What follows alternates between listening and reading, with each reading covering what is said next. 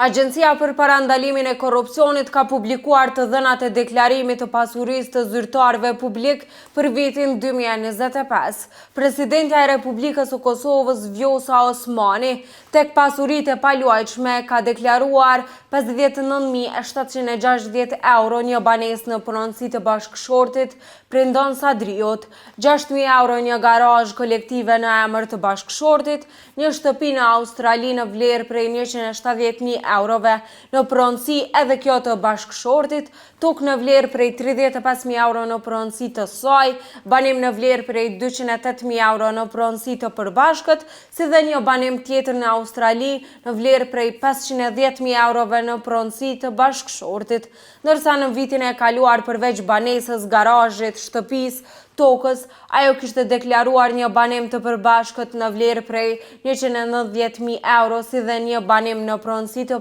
bashkëshortit në vlerë prej 510.000 eurove. Tek pasuritë e luajtshme Osmani ka deklaruar një veturë të tipit Mercedes-Benz në vlerë prej 10.000 euro në pronësi të bashkëshortit, ndërsa paratë të gatshme në llogari ajo ka deklaruar 2.511 euro të saj, ndërsa 30 euro 39 cent si dhe $116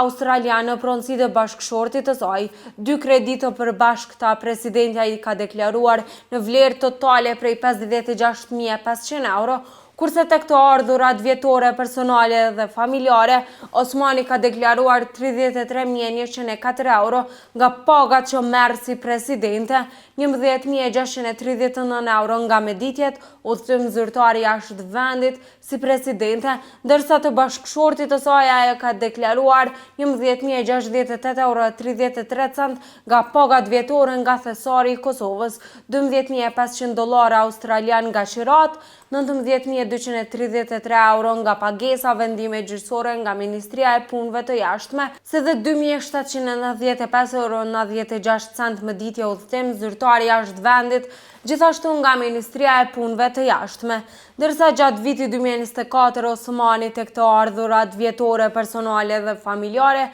kishte deklaruar 33.070 euro nga pagat që merr si presidente, 8.092 euro nga meditjet udhëtim zyrtar jashtë vendit si presidente, ndërsa në pronësi të bashkëshortit ajo kishte deklaruar një shumë prej 17.173 euro nga pagat që ai merr nga paga vjetore nga thesari i Kosovës, si dhe 12.000 euro nga Qirat. Sa i përket ish kryeministrit Albin Kurti, ai tek pasuritë e paluajtshme ka deklaruar një banesë në vlerë 400.000 euro në emër të bashkëshortës së tij. Paratë të gatshme në llogari ka deklaruar 1.800 euro e 32 cent, të bashkëshortës ka të deklaruar 15.500 euro, ndërsa të fëmijëve ka të deklaruar 70 euro, ndërsa kujtojmë që në vitin 2024 Kurti kishte deklaruar paratë të gatshme 1.551 euro 72 cent të tij, si dhe 2.500 euro të bashkëshortës së tij. Te kredita ai ka të deklaruar një në vlerë prej 250 euro,